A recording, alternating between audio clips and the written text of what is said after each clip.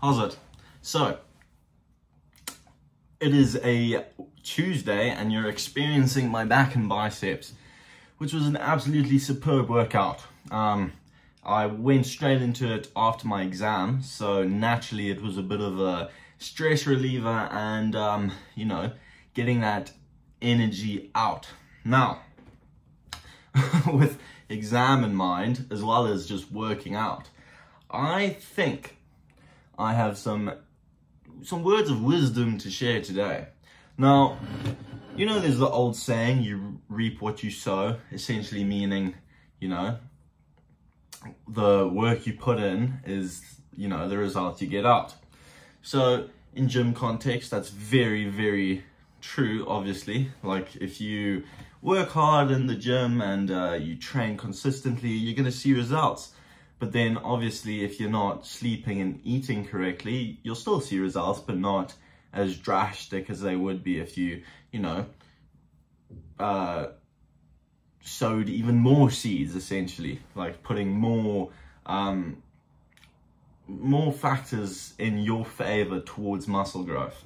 So obviously that's essential and pretty much the foundation of everything that you do in life when you're expecting an outcome from it.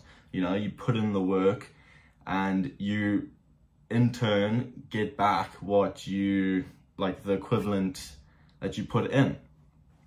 And in gym, you know, it can sometimes be difficult to maintain that steady flow of like real intense input, especially when the output takes so long to like visually see, because, you know, we're humans, we rely on our main senses, which is what? Sight, smell, taste. You can't really taste a bicep, you can't really, well, you can't smell a bicep either, but you can see it. And when that bicep's not growing, you know, it can be difficult for you to, you know, push out those last couple reps in, you know, the curls, because obviously you'll be looking at it and you'll be like, well, you know, the last 2 sets I did, I pushed and I still haven't seen results, so I'm just gonna drop the weight.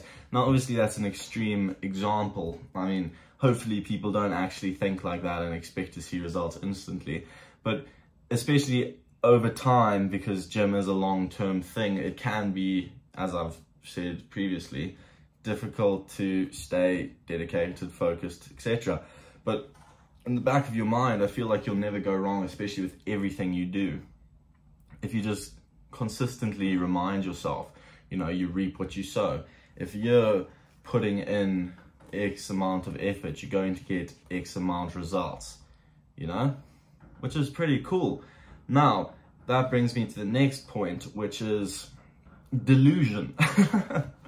And it's kind of an interesting topic, I think, because it is so easy to fool yourself into believing that you've put in the effort when you really haven't, and you've, you know, sown so many seeds, but really you've half-assed sown all these seeds, or you've just partially done so and so. And now, obviously, the first step is doing it and getting there and just getting up and starting. But when you're doing it, it's also important to like think about it and realize, am I going to be proud of what I've done in 30 minutes time?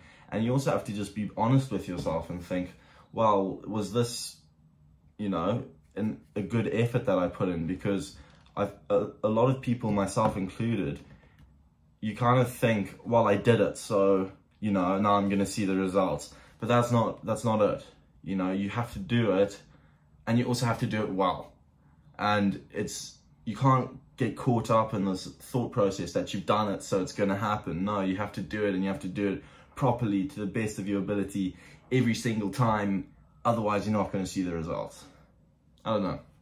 I thought that was interesting, and I think it's quite an applicable sort of thing towards anyone and everyone who has a long-term goal in mind for themselves, because, and just everything you do really, because you don't want to be half-assing things, and you don't want to be doing things multiple times because you've half-assed them.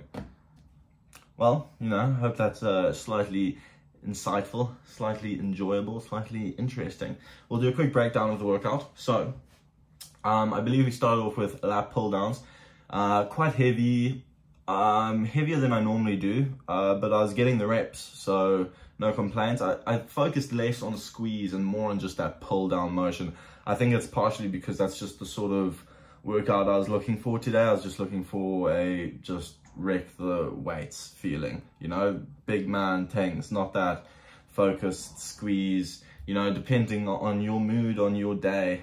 I think different workouts can benefit you in different ways. Like, obviously you go to the gym with the mind, with the idea of growing muscle, but it's also quite a good release. And you know, depending on what you've done or how you want to work out that day, do it. And today I felt like wrecking some heavy ass weight, so that's what we did.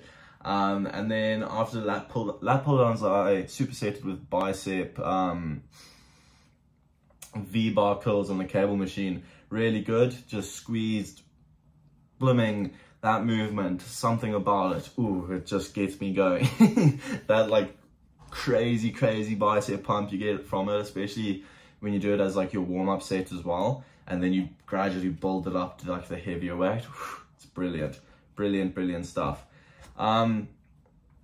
Changed it up a bit and went straight into T-bar rows today, instead of, you know, kerfuffling around with some other back movements. And again, just went into a heavier weight. I went 3 plates on the T-bar rows. You know, good, very good actually.